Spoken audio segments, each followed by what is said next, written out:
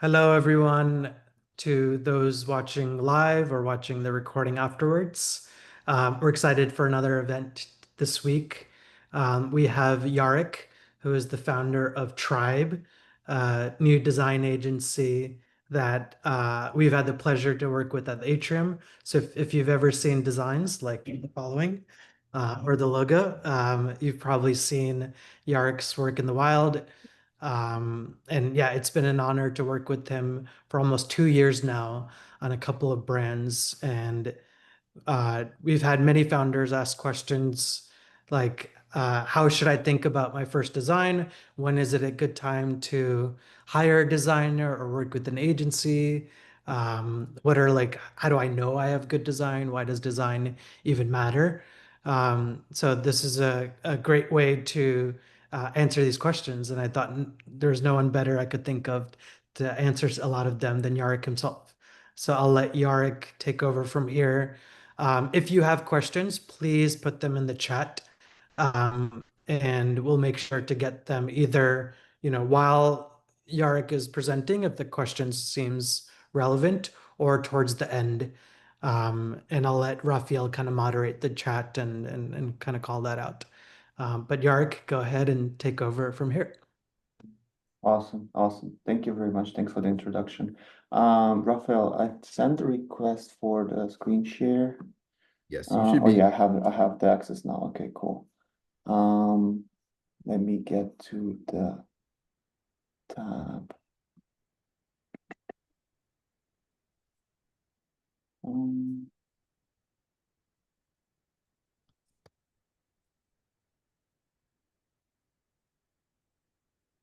Let me get to this one. One sec. Hey, Zoom. Okay.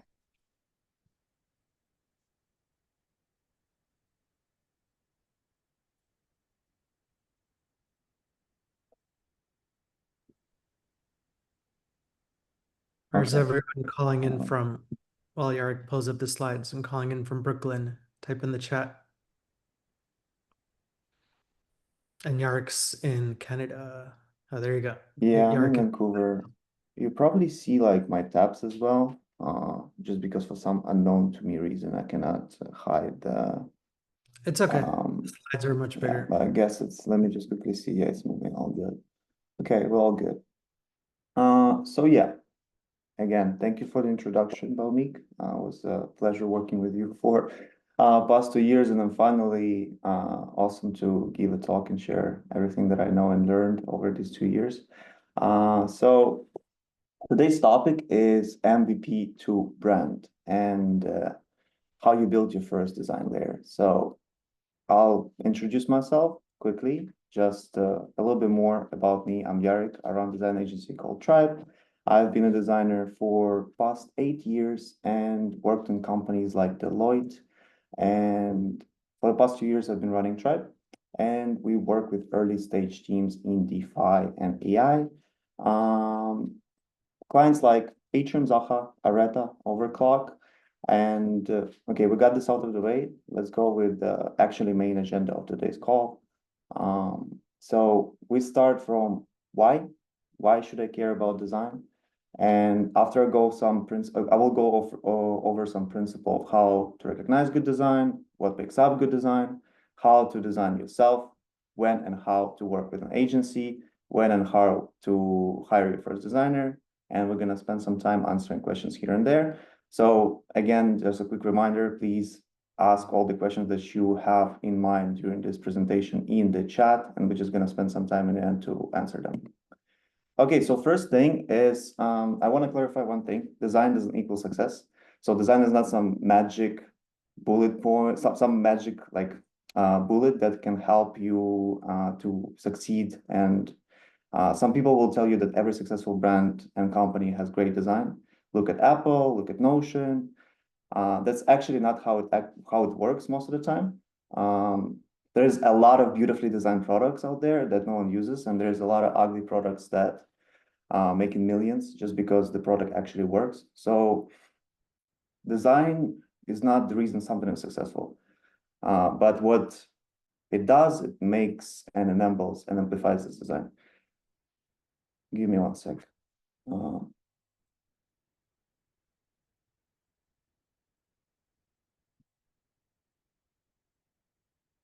One second.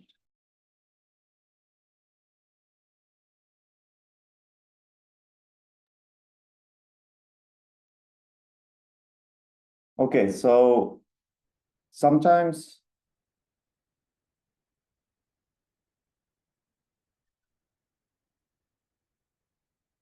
I'm so stressed right now. This is crazy. Like I gave like so many presentations before, and that's the first time I'm giving a talk, and I feel so stressed. It's insane. So give me a second. I'll kind of gather my thoughts a little bit more, and we'll start again. Yeah, no problem. Yeah, no. Okay, so if we go I'm sorry. again, Yeah. I Go just ahead. want to say that, yeah, take a deep breath. That's all good. I You're need some crushing love. it. I need some love. I You're need some crushing love. That's it. my first talk, so There's some I know. I emojis. see the chat. I see some chat. Yeah. Okay, so okay, now it's good. I see people's faces. It's so much better now. Okay, so first thing first is design doesn't equal success. So design is not the magic bullet. Some people will tell you that design, every successful design, every successful company has great design. Look at Apple, look at Notion, whatever it is. It's not always how it works. There's a ton of beautifully designed products out there that no one uses, and there's a lot of ugly products that make millions because the product works. So design is not the reason something is successful, but it enables and amplifies the success. It can unlock trust, it can help you feel credible, it can make your product easier to use, easier to share. Sometimes meet products with great design win because they look better or feel easier. You probably even used a product that wasn't even that good, but you stuck with it because it was the only option that actually it felt easier to use, and it was just nice. So that's what we're talking about today. Design as a growth amplifier, and there's a lot of studies around that and how design can increase your product success. But quote from Michael Sable sums up better than I could. So when someone first opens your site or your company Twitter, they don't care how good your tech is, at least not yet. They don't care if your backend is revolutionary. They're just asking if this is credible. Do other people use it? And they decide this in seconds. That's why your design needs to be on point. So how do you know that your design is on point? There are a few things I look for every time, whether it's a brand, landing page, product UI, and let me talk you through each of them one by one. So first one is clarity and simplicity. So as a customer, can I tell what it is? Can I tell what I'm supposed to do? What is the next step? Is the value is obvious? Is the action is obvious? Always put yourself in the shoes of the customer and try to answer all these questions that they might have. Second is consistency. Does it feel like it's the same company everywhere? The site, the product, the visuals, icons, illustrations, the tone, the docs, the social media posts. You know the design is good when everything feels like it's done by the same person, by the same designer. And in most cases, it's not exactly like that. So in order to achieve this feeling that it was done by one person, every design layer should be consistent with one another.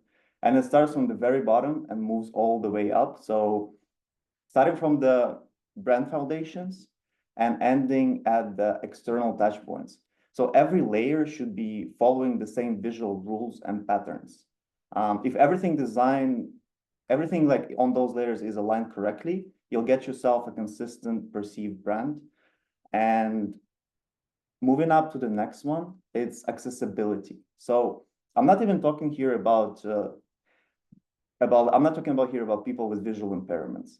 Like average person, attention span is 3 seconds. So that means that if people cannot read something or it's not visible to them, they'll skip through. So you need to answer, can people read it? Can people understand it? That also includes the contrast, the font sizes, the color usage, but it also includes language, clarity of the message, And overall, like to sum this up, like good design work in the low light, it works well in bad Wi-Fi, and also on a small screen. So moving to the reusability of design patterns. So design should not be custom for every screen or every asset. It's all about shared building blocks. So same layout structure, same design patterns, same brand logic used across product and marketing. So when all of this done at scale, that's what makes the product consistent. And finishing this up with the last bullet point, which is thoughtful enhancements. So once you've done everything that I mentioned before, that's where you add like a little bit of refinement. So small motion, transition, subtle feedback, maybe some like Easter eggs, custom illustrations and visuals. Like none of all of these things matter if you haven't done the basics. And when everything is coherent and cohesive, like you can add those thoughtful enhancements to make your design not just good, but actually great. To recap, just to go over before we actually can discuss what is design, there are 5 signs of good design, which is clarity, consistency, accessibility, reusability, and enhancements. So what makes up design? What people actually think about when they say design. Design is the layer between your product and the customer. This layer defines how people understand and how they use it. It's your social media, it's your logo, it's your colors, UI, UX. For most startups, you can bring it, you can break it into the brand, system, and logic. And I'm just gonna spend a little bit of time going over each of these points. So what is brand identity overall? Brand is how people feel about you before they even use your product. So it's your name, it's your logo, again, colors, your tone. It's what people say about you in a private conversation, in a group chat, on social media. And when it's done right, it can make your design and it can make your brand feel credible. But if it's done poorly, that's when people are gonna second guess what you're building in the first place. UI design and the system. So that's actually the thing that people think about when they hear the word design, at least like in the IT industry. So it's buttons, typography, layout, states, icons, spacing, all the visual things. And to facilitate all this and to have it coherent and consistent, you need to have a design system in place. So most of you already know this, but design system can bring order, can create rules, can create standards. Without the system, every skin feels like it was made by a different person. And with the system, you're faster, you're more consistent, and you're easier to trust. UX layer and logic. So that's the part that answers the question, what happens next? It's something that mostly remains invisible. The user flows, navigations, the choices that guide people. This is one of the most important things to nail in your product or service. Because when the UX is broken, it's not always obvious. And as a founder, like when you're building a product, it's always so hard to not see the obvious mistakes that you do in a product, and maybe something that is not very streamlined, maybe not something that is very focused and easy to use. And for that, you need to set up very good feedback loops. So if you don't do that, there's a high chance that people will not email you, will not reach out to you. They will just leave your product and will not ever use it again. So how do you make great design? Design work can come from different places, and it depends on your stage, your timeline, and your budget. For most early stage teams, there are 3 options. You either do it yourself, you work with an agency, or you hire someone full-time. Each of these things has its trade-offs, but also a lot of pros to it. And each of these makes sense to use in different situations. And let's just start from the very basic one, how to do it yourself. So if you're designing your product on your own, here's what you need to do. First, you don't reinvent the wheel, unless you are a designer. But if you're not, you don't reinvent the wheel. You search Figma community for whatever you need.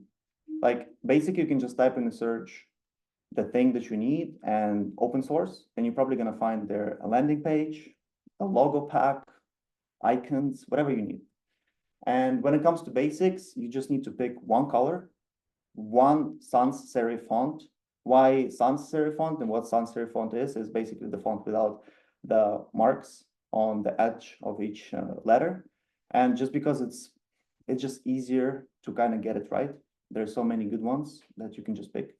And if you need help in selecting the color palette, you can use uicolors.app, and there's other ones as well. You can just basically select your color palette in the way you want it, and it will give you like full sets. Or you just go with black and white, like because black and white always works, and it looks premium, looks good. So for visuals, it's the same thing. You need to choose one icon style, one image style. Feather icons or lucid icons are great. And they are super clean, they're flexible, they are open source as well. And you also need to check for contrast and accessibility when you are designing or building. So if you're designing on design stage, there's a Stark plugin in Figma, but there's also a Stark plugin in Google Chrome. So you can test your accessibility there directly. There's a free version, there's a paid version as well, but very helpful. And you don't mix visual styles. So what I mean by that, you don't mix outline icons with filled icons or different icon packs altogether. Same goes for illustrations, graphics, or imagery. Overall, my advice is don't overcomplicate it. Keep it clean. Keep it obvious. Nothing fancy, really. And before you launch, that's probably the most important thing. Share it with someone, and they'll probably will find something that you need to fine tune. Just because you missed it, because you are the founder. So you're gonna miss things. And let's say you cannot do it yourself. Agency can be one of the options, and you need to answer when is the good time to work with the agency. So first step, you need to understand first what do you need. If you need one-time thing like a logo, a pitch deck, a landing page, you don't need an agency for that. You need a freelancer, and that's probably going to be enough.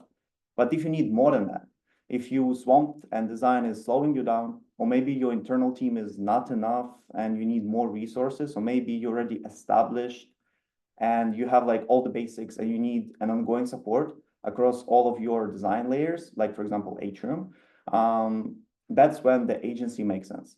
Also, very important thing to note, if your product relies on being visually credible, like if your product success relies on that, like fintech, health, or marketplaces, you probably need to have a good design even before you launch.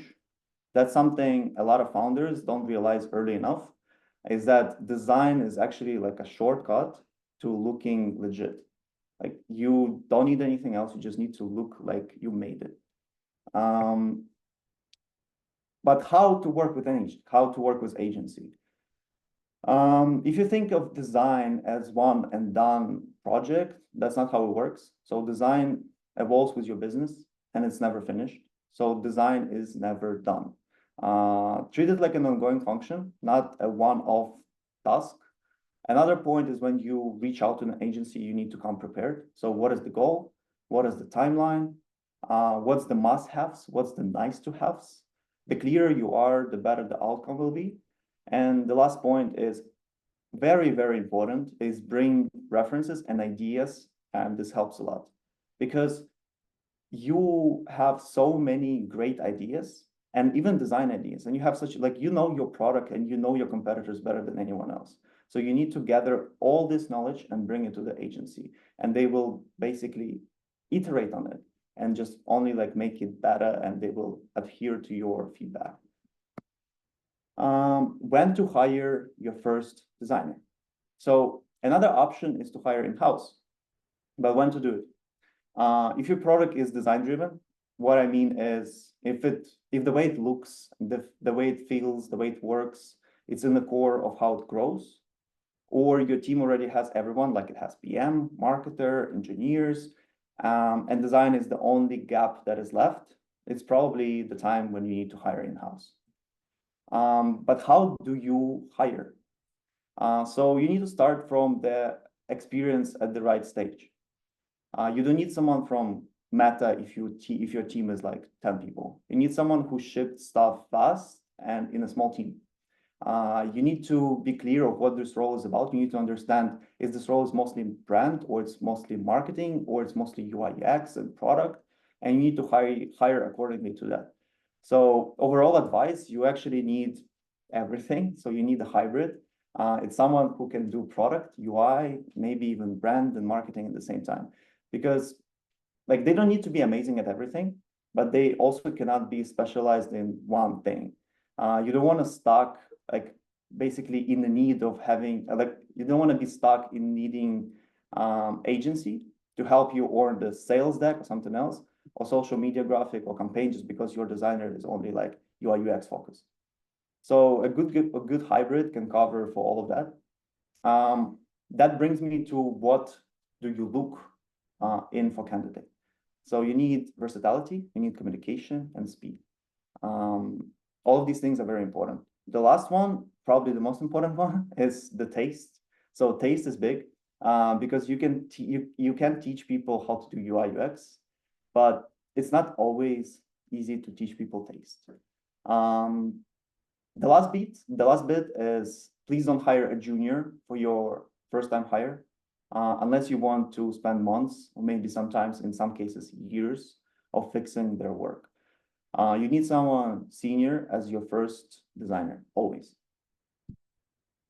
And the last slide actually is just a comparison of all of these and just to see what is the best choice for you. So do it yourself, obviously can be $0, can be $500, depends on like subscriptions and everything. It's gonna take you time. It's not always gonna be consistent because unless you are a designer, your skill is limited, your context is low, and it's hard to scale. And but it works well like if you don't have any budget and if you need something very, very fast, like if you need something yesterday, this is a great option. Agency, that's something that's going to cost you around 5 to 50K, depends on the agency really. But it's fast, it's high quality most of the times, depends who you hire. It's full stack most of the time, again, because agencies have everyone on board. The context, depends on the agency, how they work. So if the agency is fully embedded into your Slack, and you have like maybe weekly check-ins with them, and if they are reachable most of the time, then their context can be medium to high. Sometimes if they just like there to do like the job and just get paid, then it can be even lower than that. So it's best fit when you need a high quality output and you need it soon, like you don't need it yesterday, but you need it like in the next week or two, and you don't have any team at all in terms of design. And in-house is 70 to 180K salary, depends where you're from, depends where you are. But also they're fast, but they're also limited in their skill. But they can be also good in some. They are also very high context because they're always going to be in your calls. They're always going to be available for you, and you can scale them, but you can scale them only by hiring more designers, and that's going to add up to another 70 to 180K. But it's very good option if you're at a stage where your agency or where your business is fully design driven, or you already have an established team with everyone on board. So moving to the very last slide, and this questions and answers. So yeah, I have some questions to answer. Let's see. Thank you. First of all, you did it. Congrats. I did it. Yeah. The deep breath is great. It looks like there's a couple of questions. I asked some too, but because I'm helping moderate, I'll ask some mine, and then anyone else feel free to chime in either over text or audio. Raphael asked like a broad question. Where does design end and marketing begin? What's the relationship between design and marketing, or the difference? That's a good question because I guess in some teams, actually, design is a part of the marketing function. But in a lot of cases, the separation lays somewhere between the copy, I guess. Copy is something that is borderline marketing. So designers very good at understanding what do they need in order to fulfill the why question. So marketing usually comes up with why. They have like a list of assets, list of posts, list of whatever that they need to do. Like maybe it's a landing page that is usually they need to create in order to achieve something, and they have a why for it. And designers are very good at making sure that this why is fully addressed. I It hope I sounds, I answered see it nods right. from Raphael. I think he answered. Yep. Um, That- one other one from Raphael. He asked, how do you choose a color palette for your product? You had linked like UIcolors.app, which is great. I think that's the high level answer. But I guess once you're on that tool, pick your first color, because it sounds like you do start with something. Yeah. So usually it's a good one, but ultimately it all comes to your taste, because you usually feel the color that you kind of want. Maybe like you have your competitors. There is some colors that are aligned with the industry. Yep. I don't want to go very deep into that because I'm not a big fan of this kind of path of choosing the color. But you can say, like, for example, green, it's green, and like the kind of turquoise color is for the health stack, and for AI, it's like purple or violet. But there's so many companies that already kind of using this approach that I would probably just stick with be different from your competitors always, and just stick with the color that you like. That's going to be the first step. Yeah, like pink is an example of a bold choice by Uniswap. That wasn't a common color in DeFi or crypto. More common is like black. But yeah. Yeah, I actually like Uniswap is a great example of how you can stand out and just come up with like insanely good brand just by being so different. It's like it's just such a great example of a great brand that everyone knows, even people that are not in crypto, just because it's so like, yeah, pink, like princess and unicorns, but talking about such a serious thing. Yeah, we'll have the designer, the lead designer from Uniswap to give a talk in a couple of months. Okay, I'm gonna skip my question and then go to the ones from the audience first. Constantino asked, what's your take on AI or having AI do most of front-end design for early stage MVP? Um, are you talking about UI for like UI UX basically work? I guess it's good with some limitations. So AI is good in defining what's the content should be on a page and maybe what the flow is. It's not very good at making consistent user interface. So I would say overall, try to utilize AI around the design work, not do the design work for you, because it's still very inconsistent. It doesn't take the best approaches when it does things. But when it comes to research, when it comes to just giving you the best practices, giving you the options, maybe brainstorming, giving you inspiration, it's a great tool to do and great tool to use in your day-to-day for sure.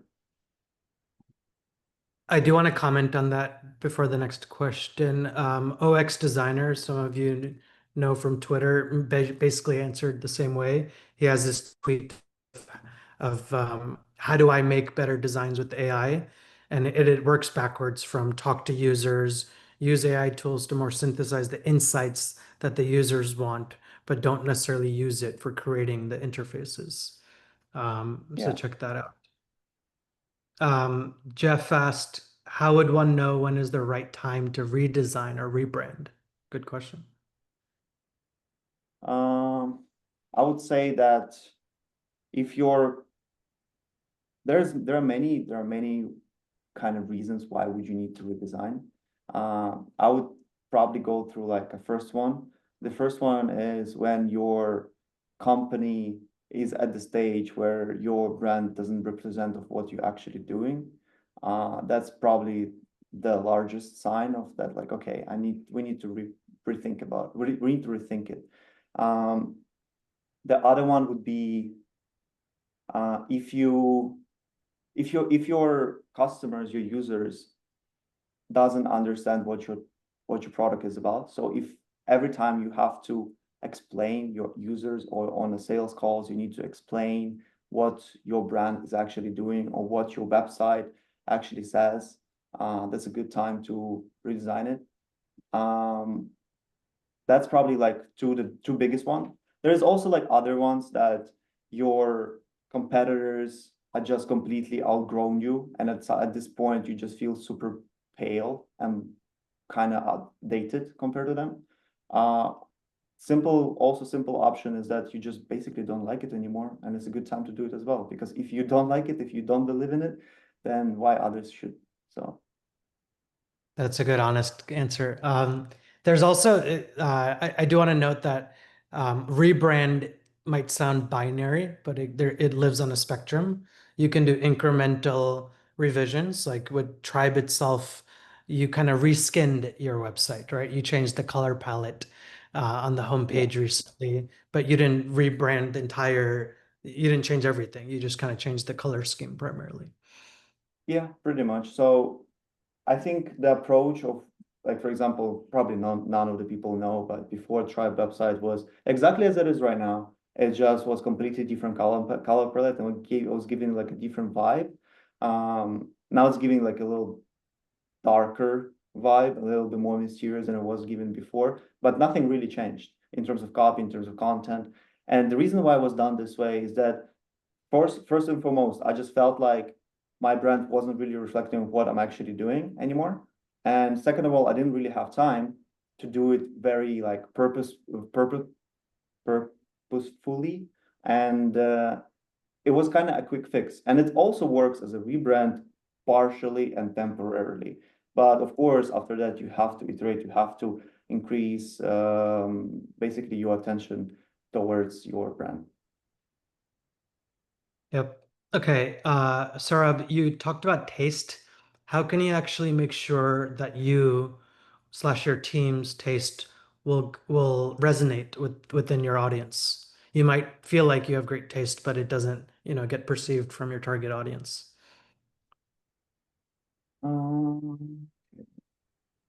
This will go along.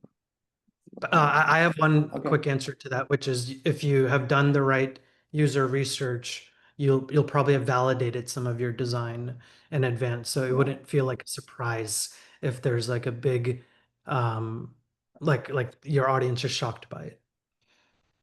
Yes. So there's this approach where you can be just very pragmatic and you can actually just go, which is a lot of, like, I would say majority of companies do, and this is the process. That's how you do it. You analyze what your audience likes and what your competitors do, what people in space are doing, what this whole space is about, and you come up with the design that is kind of aligned with that. But it not necessarily aligns with your taste. And that's where the example of Uniswap kind of comes up again. It's like they didn't care of what is other taste, what this other patterns are. They just went with what they feel like and what they want to be and what they taste is. So in end of the day, yes, you have to play by the rules of the industry, by the audience, but at the same time, you cannot lie to yourself and you cannot just try to kind of fit in. If you like something, just go for it. Like that's the thing. That's just always the answer. Just go with who you are. Like your brand, your company, whatever it is, like that's your philosophy, that's your vision. So just make sure that it aligns with what you have in mind. And yeah, the success will follow. Great. Jeff asked, when choosing an agency, what should one look out for? Yeah, that's a good question because I didn't really cover it in the presentation. So I would say, first and foremost, make sure that they have experience in your industry or at least a similar industry. So there are some agencies that are focused in, like, let's say Web3, and there are some agencies that are focused in AI, and some agencies can be like, we only focus in AI or we only focus in Web3. To be honest, if they're gonna go and just switch the industry from one to another, that's not gonna be like a crazy big difference. They're probably gonna excel in both. So if they are playing in this field of like high tech, innovative, on the edge, then it's probably the good option. What to look out for? How usually do I understand if the design is good or not? Like outside of general concepts of what we discussed throughout the presentation, but also like a nitty-gritty things. So I would just go into what their work is. Like, for example, go to the website that they designed or go to the product that they built. And I would just be like very picky of checking the spacing, checking that like all the gaps, everything is aligned. Just people that pay attention to such things, usually good. And people that just don't care about like this is not aligned with that, etc., or like there is no specific metric that is used across the product, that's probably not your choice to go with. So attention to detail. What about Jeff? Feel free to unmute if you want to ask follow-up questions on that, because I'm sure there might be other considerations like speed, price, things like that too. Yeah, I Yeah, guess there's the of course a question comes lot. from, obviously choosing an agency, you had to agree to a price. And, I look at their work, that's indicative, but you never know what they're going to come up with for you, right? And giving them examples and competitors is helpful. But before they give you the first version of, brand guideline, it's just like, I don't know how to help them more to help me. So I get kind of, because I don't really know what I want. That's kind of the issue. And it's hard to describe Okay. to them what I want or don't want because I don't hardly know. And you just to clarify, and you want to kind of know before you start with them or before like you go like with a full blown like contract, you want to know if they're going to be a right choice down the road before when you're actually going to have more clarity on what you actually want and when you're going to start working with them. Yeah, Like kind of. Because I feel um, it's design is one of those things you don't know whether I like it or not until I see it. But that's, well way down from, contracting and payment and them putting in hours and hours of work. So there's several things that kind of can solve for that. So first of all, you can either just ask them to come up with like one screen that's just how their vision is. And maybe you're gonna have to pay for it, maybe not. Maybe they can do it for free. It depends on the vibe of how you like agreed on what you want. The other thing is, for example, how we work, like whenever we go like down the road, like very deep into the weeds, like trying to design everything and then show it to you just to end up like having a feedback from you that you don't like it. It's like the process, you need to make sure that when you start working with the agency, when you like having this like negotiations, that the updates will be like maybe for first week, there's going to be like almost a daily kind of updates. Like before they're going to go deep into all this like research and trying to understand what the competitors field is and all that, maybe just go with some kind of concepting just to see like if this is the vibe that you're looking for. And also just make sure that this like feedback loop is very established. So the agency should have a very like strict and established feedback loop. So there's always should be like weekly check-ins. There should be some kind of integrations. They should be accessible through like messengers. They should also have like in their process to kind of give you this feedback on like semi-daily basis, like maybe even daily, maybe like one in a couple days. And that's what can mitigate this misunderstanding of what they think you're gonna like and what you actually like. And also that will help you to define what you like by like giving all this like feedback on what you don't like after those first iterations they're gonna give you. Or maybe it's gonna be like just straight to the like bullseye. They're gonna give you something, you're gonna love it, and you're just gonna run with it. But I think feedback and like communication is one of the most important things when you starting to work with an agency. So when you're negotiating, just make sure that this loop is established as well.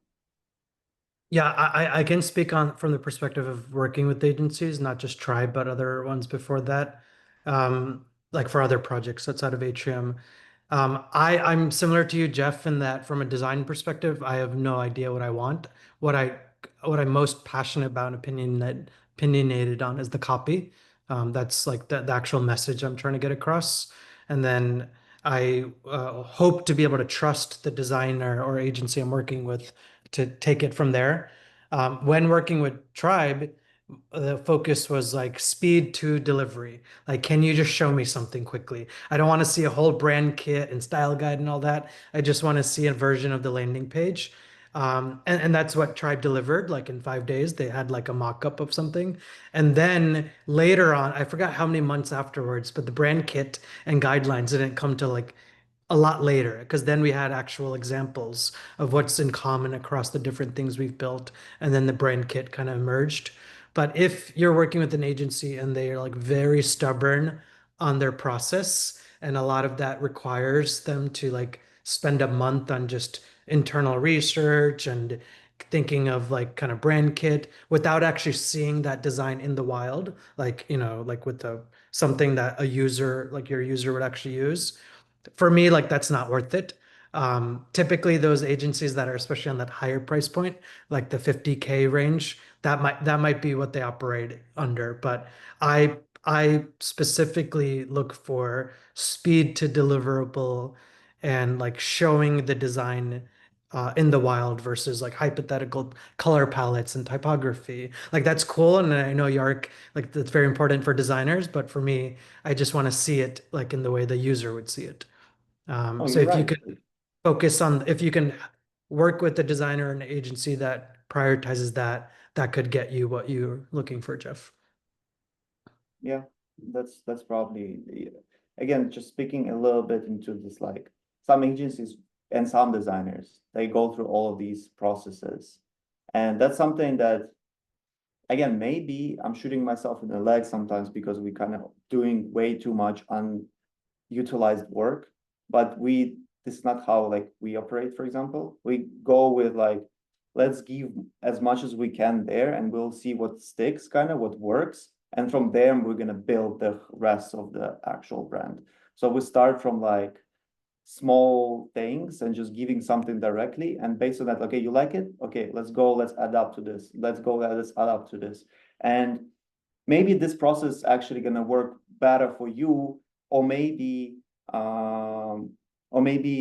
yeah, just kind of some kind of demo work ahead of time before you actually even start working with them and actually paying them money also could be a good option. Cool. Okay, thanks. If you wanted a follow-up question, Jeff, feel free to do that. Okay, so Aaliyah, do you want to ask your question live? You've been active in the chat. Sure. Yeah. Hi. Thank you so much for the presentation. It's been great. I was just as someone who's slowly getting into design work, very much amateur, and very much like self-taught for the most part. What do you like? What are your tools for inspiration, I guess? If Yeah. you're working on something that doesn't have a lot of direction, not substantial, like kind of like from ground zero and more original stuff. There are two tools that I have them in mind always. So first of all, like when we're working on brand, it's cosmos.io. So it's kind of cosmos.so, sorry. Yeah, I've used it. Cosmos.so. Yeah, that's cool. Yeah, so cosmos.so is one of them. So it's like kind of, it's a designer Pinterest kind of. So it has a lot of patterns, everything is an aesthetic that you kind of search for. Sometimes, at least it works very well for me. That's how I look for something that is brand related. So something that is not UI, something that is not actually actual like pieces of deliverables. When it comes to deliverables, it's usually mobbin.com. So I'll type it in the chat. So it's mobbin.com. Um, that's the, just let me make sure that it works. Yeah, it works because it doesn't open on my page. But yeah, that's one as well. So what it actually does, I'm not going to show it because for some reason it doesn't open on this browser, but it's a collection of real applications. So whether it's a mobile app or it's landing pages, it's just a collection of real examples. So that's where you can see, for example, what is Stripe landing page is and what's the Stripe pricing section is, how does it look like.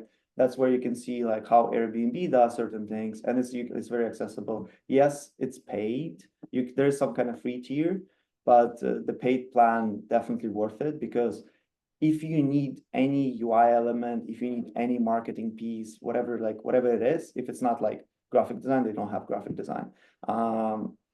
That's where you can find it easily. It's going to be so many examples. Hopefully that answers. Yes, thank you Uh, so much. Yvonne asked, what are 3 tips on making the design legit and credible so we can get as much trust as possible from the design itself? Okay, so depends on your industry. I would say probably in Web3 is don't put stars everywhere and don't put 55.0 on clutch. That's probably like antitrust in Web3. But overall, you need to see what the community usually consider as trustworthy. So just go over through existing like credible places and just, I'm not gonna say steal, but get inspired by and just utilize what they already have. But generally, when we're talking about design and like design aspects of design that can kind of create this untrustworthy feeling is when everything is kind of out of the place. So when you have inconsistency across, and when you have your paddings and spacings all over the place, where text is just like kind of feels like it's supposed to be here, but it's actually there, or buttons are different styles. So just make sure that everything is following exactly same patterns. That's probably one of the most important thing. It's if you're building a product, just use a standard UI like UI libraries, like ShotCN, whatever it is. Just like don't try to mix things around. That's what creates untrust. Do you want to go So back to that slide where you recapped those like 5 principles, including clarity? Because I think that's also a good answer to that question. yeah, for sure. So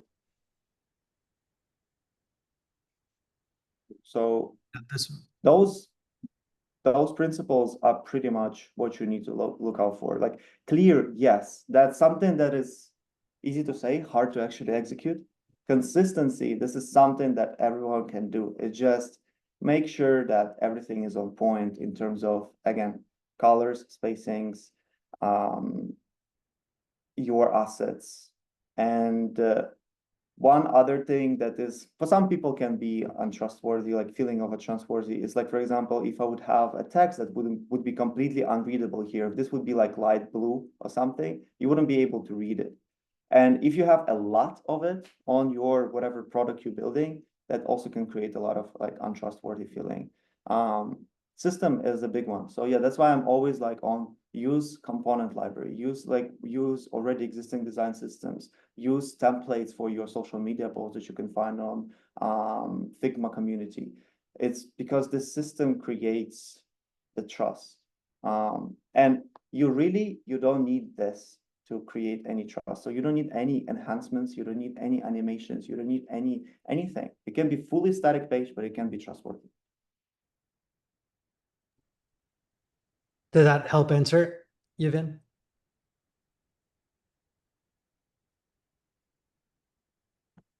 Great. Okay, Giancarlo, in Tribe, what's your golden rule in class layer naming before handing it off to devs so they can easily replicate your design through code? Do you use BEM naming? Can you share some insights? Okay, so that's something where I'm gonna be like, I'm probably gonna fail the exam here. Like designers generally, we don't really good at naming layers. And it's not just me. Because if you have a lot of time of naming your layers, then probably you don't have a lot of work. But with the recent developments of Figma AI, you can click one button and it will name the layers for you. So it will add a name for, like, let's say it's a container. It's gonna like be a container wrapper, whatever it is. So recently we started doing that just because it's one button. Before, we didn't really do it. But when it comes to design system, and that's how we usually build our, like when we're building UI UX, of course, each component has its own name. And of course, we use tokens for every single color. So the good design system generally should have, and when we are developing our own design systems, we're using tokens, we're using metric systems of multiples of 4 everywhere. So yes, and we're also using the t-shirt size to kind of measure whatever, whether it's text or it's spacings. So it's like usually XXL, XS, S, M, all that. So yeah, that's kind of, I don't know if it answers your question exactly what is our golden rule is. Our golden rule is Figma one button function that names layers for us. Yeah. Cool. I have two last questions for myself. So we just talked about development. Any recommendations for development? Like, what are the pros and cons of using something like Framer or Webflow versus coding from scratch? Generally, I would say that if you really established, then go for the fully from scratch. Like if you have a lot of budget, if you have a lot of time on your hands, or if you have a big development team and design team that can design it separately for you, code it for you, that's probably always going to be the best option. If your product is also large, if you already have so much going on your website, and your website is like your main function to generate credibility, generate leads, everything that you need, then yes, go for like a fully custom website. If you don't have that, and or if you don't need that, because your like complexity of the page is not as hard as you may think, go with Framer. I wouldn't recommend Webflow. And I wouldn't recommend Lovable. I wouldn't recommend Bold.new or Cursor. And I'll explain why. So Framer is, yes, it's a builder, but it also allows you to do completely custom design if you really need. So every single page on Atrium website was done in Framer, as well as the UChai page. And it was fully custom built. And for that, you probably need a designer for it, because you need to come up with a design first, and then you translate it into Framer. But Framer allows insane amount of templates that are free, that will suit most of your needs. And there is a huge community, and there's a huge amount of sections, components that are free to use, that you can just plug and play. And that's kind of the shortcut to be consistent, because if you're gonna take a template that already has most of the things that you need, and some templates, they're like very large because there's a lot of pages included into that template, you can mix and match components from that template and from different pages to come up with the page that you're actually looking for. And that's how you can come up with a pretty solid website, and in a very short period of time, with animation, with everything. So yeah, that's gonna be my answer. Webflow is too complicated. It's too, for no reason complicated. Yeah, the other quick Yeah. thing is that using tools like Framer or Webflow allows non-technical people to make copy updates. So like people on our team can change copy when we update start dates for cohorts anytime. Last question, and this is for me.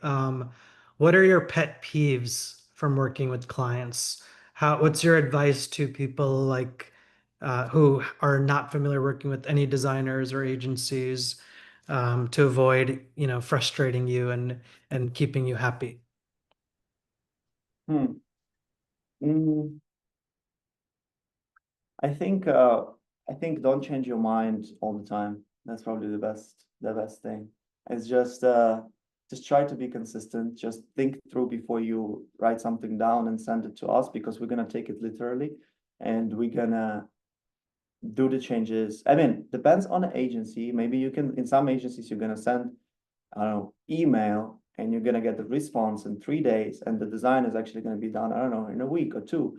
But when you work, like, for example, with me, you can expect that we're gonna, as soon as you send the message, in the next 24 hours, we're gonna be working on the solution. And then if 24 hours you will change your mind, that means that there's gonna be a lot of wasted work. And if this kind of happens a lot, of course, like, we're getting paid for all unutilized work, which is fine, but like, we want our time to be actually productive. We want to deliver value, and we also don't want to just like work on something that is like never going to be delivered. It's like, the cat, like when you're playing with the laser and like with the cat cannot ever catch the laser, and at some point the cat just becomes like so kind of sad and upset. So this happens to designers as well. It's like, just let us catch this laser. So we want to release something, we want to actually something to go live. So don't kind of keep us into constant changes at all time. Yeah, every designer I feel like has a graveyard of designs that never saw the light of day and no one actually used, but that they're really proud of. Cool. Last thing, any last words on Tribe itself? So maybe in case people watching the recording or in the room would be potentially interested in working with you.